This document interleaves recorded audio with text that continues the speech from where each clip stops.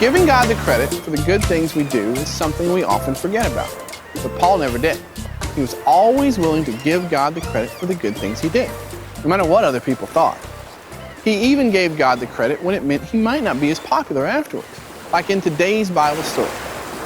Paul and Barnabas were preaching in Lystra. While there, he healed a man with crippled feet.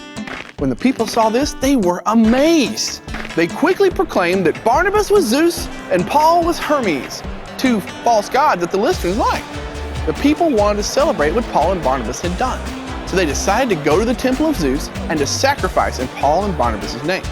But Paul was quick to stop them and pointed out, "Wait! We are people, just like you." Paul said they didn't deserve the credit for healing the man. God did. Paul pointed out how much good God had done for these people. He told them God, not Zeus or Hermes, had given the people rain and good crops, which gave the people joyful hearts. Paul did a good thing in healing the man, and then he gave God the credit. What do you do when people say you did a good job? Do you puff up with pride and tell others how wonderful you are? If you do, you could be in trouble. You see, when you puff up with pride, it can literally push people away. Let's say you're on a glass elevator with several other people. The elevator stops on a floor, and a little old lady tries to get on board. And you see she doesn't move very well, so you help her get on the elevator.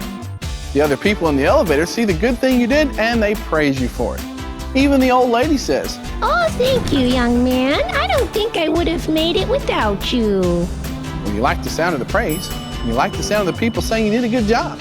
So you think to yourself, I did a good thing. That old lady would have never gotten on the elevator without my help, and I did it all by myself. I'm pretty special. whoa, now you're in trouble. You are starting to be puffed up with pride. Now what if you decide to tell the people in the elevator all the other good things you've done?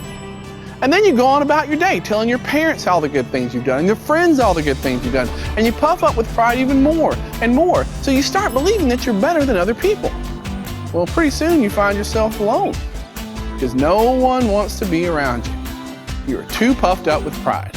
Instead, when someone compliments you, you should think, That was nice of them to say. I'm glad God gave me a body that I can use to help others, and I'm glad He gave me a church where I can learn that I'm supposed to help others. When you think like that, you are giving God the credit for the good things you do. You may say to the people in the elevator, thank you. I'm glad God allowed me to help. When someone says you did a good thing, do you puff up with pride, or do you thank God for giving you the talent and ability to do the good things?